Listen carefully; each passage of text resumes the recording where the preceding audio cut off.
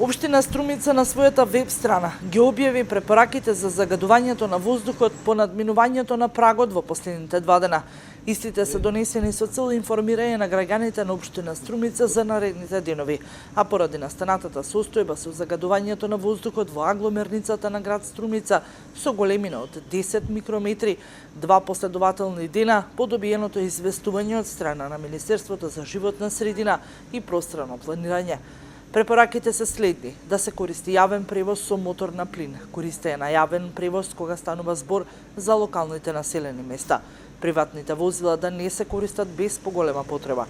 повеќе лица да се возат со едно возило во исто време, Министерството за внатрешни работи да ја активира и да ја спроведе одлуката и контрола на воведениот сообраќајен режим за тешки товарни возила, да не се користи како угревно средство за затоплување на просториите, прегреано отпадно масло, лакирани или обоени отпадоци од дрво и мебел, стиропор, парчиња гума или било каков синтетички материјал, да се користи суво и чисто дрво без примеси од земја и отпадоци, печките за дрва да се користат и одржуваат според упатствата на производителот и редовно да се чистат оджаците, да се користат печки на пелети, бидејќи имаат повисока ефикасност на согорување во споредба со дрвата. Пелетите да бидат квалитетни, направени само од необработено дрво и без остатоци од било каква обработка.